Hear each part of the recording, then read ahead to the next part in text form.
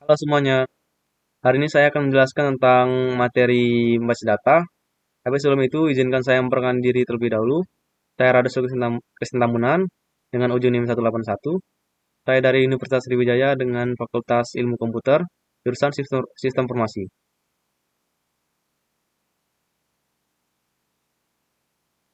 Nah, di sini kalian pasti bertanya-tanya, apa sih basis data itu? Basis data adalah kumpulan data yang disimpan secara elektronik dan dapat berisi berbagai jenis informasi seperti teks, angka, gambar, maupun video. Data ini dikelola menggunakan software bernama DBMS, yang memungkinkan pengguna menyimpan, mengambil, dan mengedit data dengan cepat dan terstruktur. Basis data menjadi komponen penting dalam hampir semua aplikasi modern saat ini.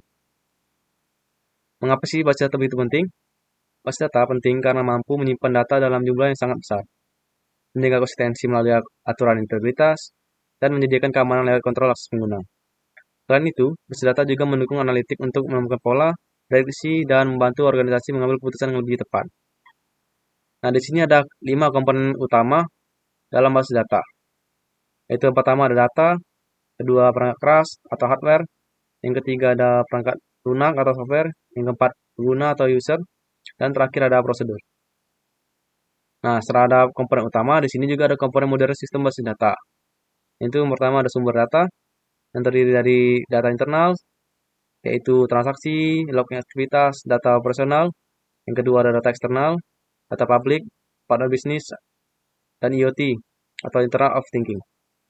Dan yang ketiga ada data streaming, data real time, seperti sensor, aplikasi live monitoring. Dan yang kedua, teknologi pengolahan data. Yang pertama ada DBMS modern seperti SQL dan NoSQL. Yang kedua ada data lake and data warehouse, penyimpanan big data yang terstruktur dan tidak terstruktur.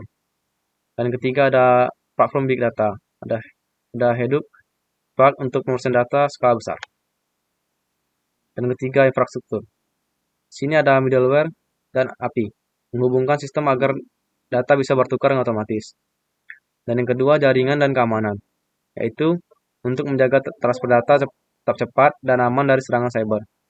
Dan yang keempat, ada manajemen data, yaitu ada privacy dan keamanan data, yaitu aturan pengguna dan perlindungan data. Dan yang kedua, ada kualitas data, itu untuk memastikan data akurat, lengkap, bersih, dan dapat dipercaya. Nah, di sini ada 5 fungsi dan tujuan basis data. Apa aja sih fungsi dan tujuannya? Nah, di sini ada pengumpulan pertama ada pengumpulan data, yaitu mengumpulkan data akurat dari berbagai sumber seperti transaksi, sensor, perilaku pengguna, dan data eksternal. Dan yang kedua ada pengolahan data, yaitu seperti membersihkan, menggabungkan, dan mentransaksikan data agar siap digunakan sebagai informasi. Nah, ketiga ada analisis data, yaitu menganalisis data dengan metode statistik atau machine learning untuk menemukan pola dan insight. Dan yang terakhir yang keempat ada pengambilan keputusan berbasis data, yaitu untuk menggunakan hasil analisis untuk menghasilkan keputusan yang lebih tepat, yang berbasis fakta, dapat diotomatisasi. Nah, di sini ada bahasa basis data. Yaitu yang pertama ada DDL atau Data Definition Language. Yaitu digunakan untuk mendefinisikan struktur database seperti tabel dan skema. Yang kedua ada DML, yaitu Data Manipulation Language.